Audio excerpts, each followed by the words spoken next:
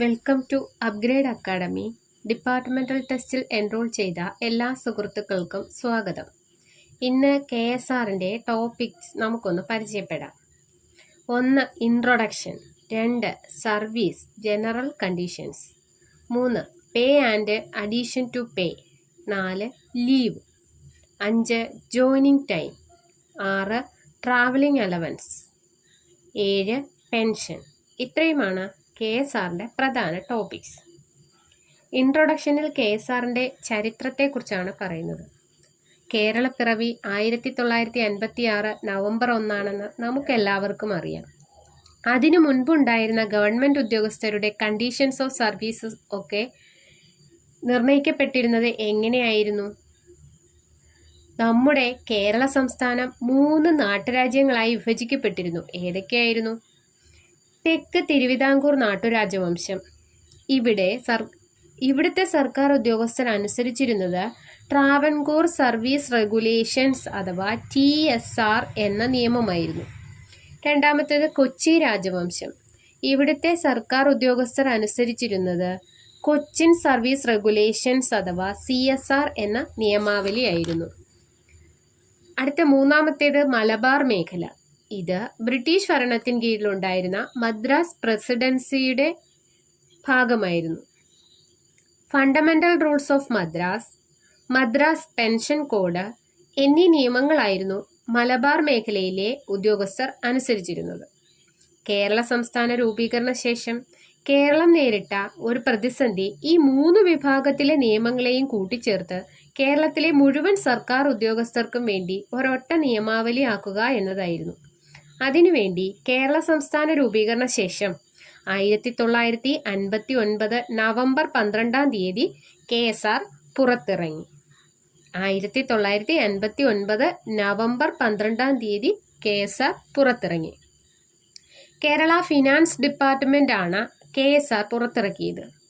പുറത്തിറക്കിയ circular number FIN/57702/59 dated 10/11/1959, അതായത് November 10.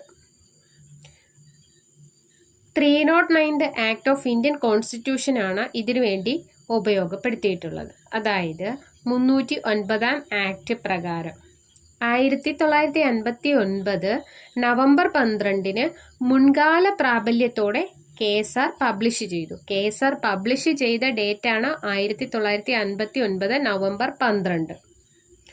2 വോള്യങ്ങളിലായി part 1, 2, 3 എന്നിങ്ങനെ 3 ഭാഗങ്ങളായിട്ടാണ് KSRനെ തിരിച്ചിരിക്കുന്നത്. പാർട്ട് 1 റൂള് 1 മുതൽ 159 വരെ വരുന്നത് സർവീസുമായി ബന്ധപ്പെട്ട general conditions, rules of pay, leave, joining time, foreign service എന്നിവയാണ്. പാർട്ട് 2 റൂൾ 1 മുതൽ 116 വരെ ട്രാവലിംഗ് അലവൻസ് അഥവാ യാത്രാപ്പടിയുമായി ബന്ധപ്പെട്ട നിയമങ്ങൾ. പാർട്ട് 3 റൂൾ 1 മുതൽ 151 വരെ പെൻഷനുമായി ബന്ധപ്പെട്ട നിയമങ്ങളാണ്. ഇങ്ങനെയാണ് KSRന്റെ ഒരു ഘടന. നമ്മൾ ആദ്യമേ തന്നെ പറഞ്ഞു മുൻകാല പ്രാബല്യത്തോടെയാണ് KSR നിലവിൽ വന്നത് എന്ന്. 1956 നവംബർ 1 മുതൽ പ്രാബല്യത്തിൽ എന്ന സെക്കൻഡ് വോളിയമായ പാർട്ട് 3 ആണ് ആദ്യമായിട്ട് നിലവിൽ വന്നത്. KSR പബ്ലിഷ് ചെയ്ത വർഷം നമ്മൾ പറഞ്ഞത് 1959 നവംബർ 12 ആണ്. എന്നാൽ മൂന്നാമത്തെ പാർട്ട്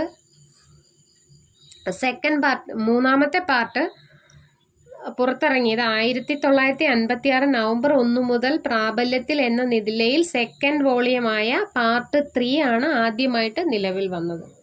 എന്നാൽ 1959 നവംബർ 12 KSR പബ്ലിഷ് ചെയ്തത്.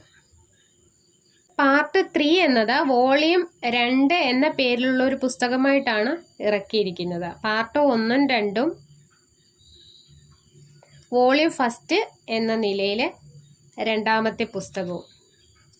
കെ എസ് ആറിൻ്റെ ചരിത്രത്തെയും ഘടനയെയും കുറിച്ച് സുഹൃത്തുക്കൾക്ക് ഒരു ഏകദേശ ഐഡിയ കിട്ടിക്കാണും എന്ന് വിശ്വസിക്കുന്നു. എക്സാം ടൈം ടേബിൾ വന്ന സാഹചര്യത്തിൽ അടുത്ത വീഡിയോയിൽ നമുക്ക് കുറച്ച് ക്വസ്റ്റ്യൻസ് വർക്കൗട്ട് ചെയ്യാം. താങ്ക്